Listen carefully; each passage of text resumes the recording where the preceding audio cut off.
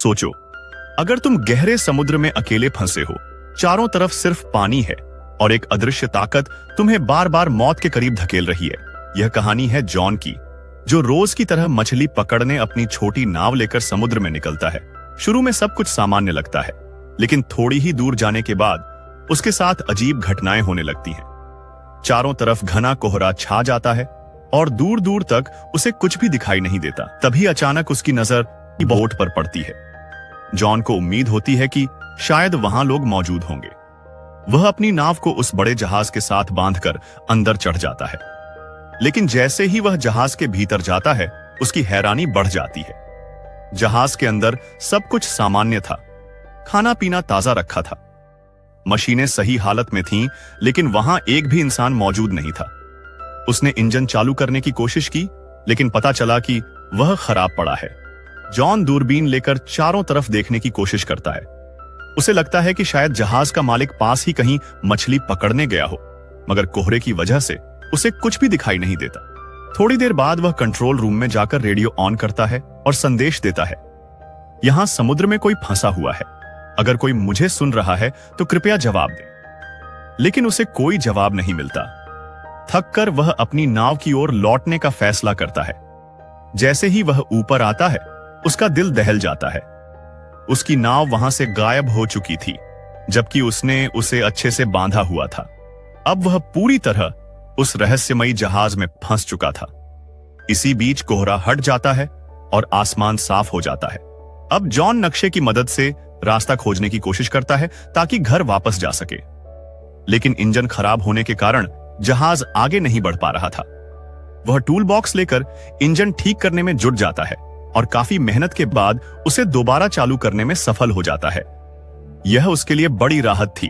अब जहाज चलने लगा था, लेकिन रेडियो से फिर भी कोई जवाब नहीं आया। थोड़ी देर बाद वह डेक पर जाता है। तभी उसे टॉयलेट जाने की जरूरत पड़ती है। वह सोचता है कि कोई देख तो नहीं रहा, तो वह समंदर में ही काम करने का फैसला करता है। लेकिन तभी अचानक किसी ने उसे पीछे से जोर का धक्का दे दिया। वह गिरते गिरते बचता है और रेलिंग पकड़कर अपनी जान बचाता है। तेज हवा के दबाव में जहाज पर लौटना मुश्किल हो जाता है, मगर हिम्मत जुटाकर वह दोबारा अंदर आ जाता है। अब वह नीचे टॉयलेट में जाता है।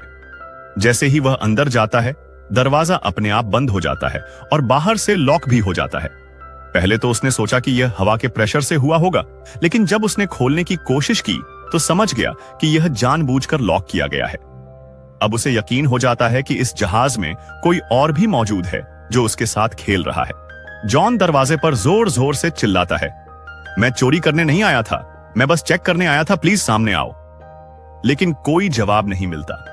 वह कॉइन से कैंची से दरवाजा खोलने की कोशिश करता है, लेकिन हर बार नाकाम रहता है। उसका दिमाग धीरे धीरे जवाब देने लगता है।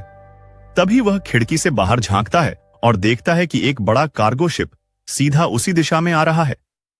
अगर वह जहाज टकराता तो सब कुछ खत्म हो जाता। जॉन अपनी शर्ट उतारकर खिड़की से लहराकर सिग्नल देने की कोशिश करता है, लेकिन किसी ने ध्यान नहीं दिया। वह जहाज रोकना चाहता था, तभी उसकी नजर ऊपर पड़ी।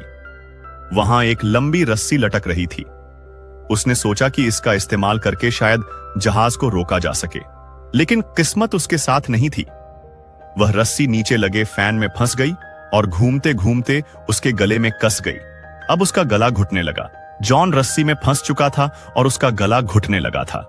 बस कुछ ही सेकंड में दम घुटकर उसकी मौत हो सकती थी, मगर किस्मत ने एक बार फिर उसे बचा लिया। वह बड़ी मुश्किल से रस्सी से अपनी गर्दन छुड़वाने में सफल हो जाता है। गला पूरी तरह लाल हो गया था और वह मरते मरते बचा। रस्सी के फट जाने की वजह से जहाज रुक गया, लेकिन इसी दौरान एक और झटका लगा। उसकी बोट से बड़ा जहाज टकरा गया। टक्कर इतनी भयानक थी कि जॉन वहीं बेहोश होकर गिर जाता है। जब उसकी आंख खुलती है तो वह खुद को फिर से उसी बाथरूम में पाता है, लेकिन अब हालात और भी खतरनाक हो चुके थे। बाथरूम पानी से भरने लगा था।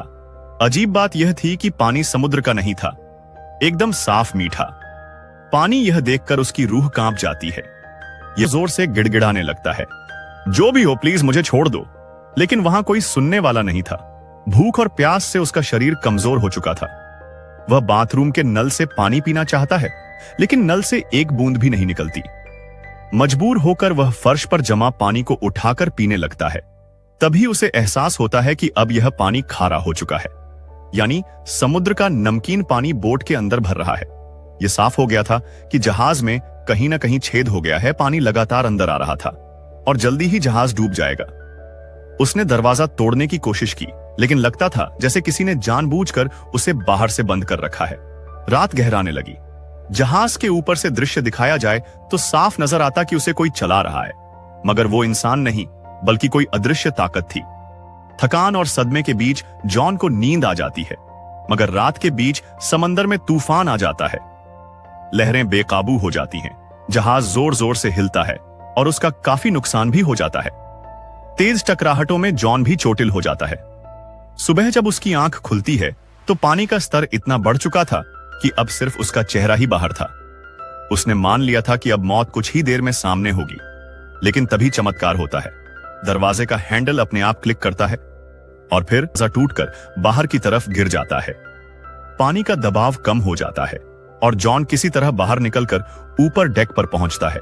ताजी हवा में सांस लेकर उसकी जान में जान आती है, क्योंकि नीचे ऑक्सीजन लगभग खत्म हो चुकी थी। अब वह पूरी तरह समझ चुका था कि कोई ताकत उसे जानबूझकर टॉर्चर कर रही है और वह फैसला कर लेता है, चाहे कुछ भी हो। अब इस जहाज में ज्यादा देर नहीं टिकना। जहाज वैसे भी पानी से भर चुका था और कभी भी डूब सकता था। तभी उसके दिमाग में एक ख्याल आता है। वह जहाज से एयरबैग्स, लकड़ी के तख्ते और टूटे दरवाजे को जोड़कर अपने लिए एक छोटी सी राफ्ट बनाता है।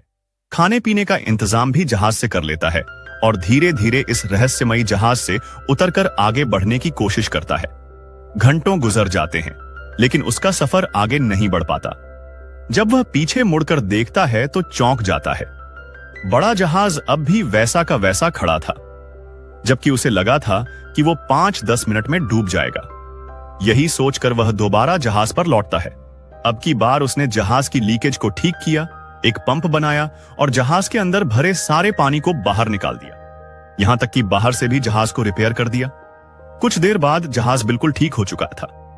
अब वह फिर से कंट्रोल रूम में जाकर रेडियो से मदद मांगने की कोशिश करता है, लेकिन नतीजा वही, कोई जवाब नहीं। थका हारा वह ऊपर डेक पर आ जाता है। नक्शा लेकर रास्ता देखने की कोशिश करता है, लेकिन तभी उसे धोखा मिल जाता है। जहाज अचानक बीच समुद्र में रुक जाता है, जैसे किसी ने उसे जकड़ लिया हो।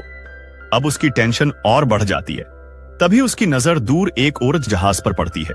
वह तुरंत अपनी बनाई हुई राफ्ट पर बैठकर उस जहाज तक जाने का फैसला करता है, लेकिन जैसे ही वह आगे बढ़ता है, पीछे खड़ा बड़ा जहाज खुद ब खुद चलने लगता है और इतनी तेज रफ्तार से उसका पीछा करने लगता है कि लगता था वह उसे कुचल ही देगा। जॉन अपनी स्पीड और बढ़ाता है, लेकिन कोई फायदा नहीं। बड़ा जहाज और भी तेज हो जाता है। जैसे ही वह टकराने ही वाला होता है, जॉन राफ्ट से कूदकर तैरने लगता है और दूसरी नाव की तरफ बढ़ने की कोशिश करता है, लेकिन इससे पहले कि वह वहां पहुंचता, दूसरी नाव गायब हो चुकी होती है। अब उसे यकीन हो जाता है कि यह साधारण जहाज नहीं। वह समझ चुका था कि यह शिप उसे अपने से दूर नहीं जाने देगी। उसके मन में ठान लिया, चाहे समुद्र में डूबकर मरना पड़े, लेकिन अब वह उस जहाज पर नहीं लौटेगा। शाम होते होते वह पानी में तैरता रहा, लेकिन धीरे धीरे पानी का तापमान गिरने लगा। समंदर बर्फ जैसा ठंडा हो गया। उसका शरीर जमने लगा और तभी उसके आसपास डॉल्फिन्स तैरती नजर आने लगी। सर्दी से जूझते हुए जब जॉन दोबारा उस रहस्यमयी बोट पर लौटता है, उसकी हालत इतनी खराब हो चुकी थी कि बस ब्लैंकेट में लिपट कर सो गया। सुबह आंख खुली तो उसने ठान लिया कि अब किसी भी तरह यहां से निकलना है, लेकिन जैसे ही वह दरवाजा खोलने की कोशिश करता है, उसे पता चलता है कि दरवाजा फिर से बंद हो चुका है। जॉन की समझ से बाहर था कि आखिर यह सब हो क्या रहा है। तभी उसकी नजर कमरे में एक छोटे से कैप पर पड़ती है। उसे खोलकर वह देखता है कि ऊपर एक रोशनदान जैसा रास्ता है। उम्मीद की आखिरी किरण पकड़कर जॉन ऊपर चढ़ने की कोशिश करता है। कई बार गिरा, चोटें आईं, लेकिन उसने हार नहीं मानी। आखिरकार वह रोशनदान तक पहुंचता है, मगर वो बिल्कुल सील था। ऑक्सीजन धीरे धीरे खत्म हो रही थी। दरवाजा भी अंदर से बंद था। जॉन को यकीन हो गया कि अब उसकी मौत पक्की है, लेकिन तभी एक बार फिर से क्लिक की आवाज होती है और कैप खुल जाता है। बाहर निकलते ही जॉन देखता है कि बोट एक छोटे से आइलैंड पर आ लगी है। उसकी सांसों में सांस लौटती है। उसे लगा अब इस इविल बोट से जान बच जाएगी।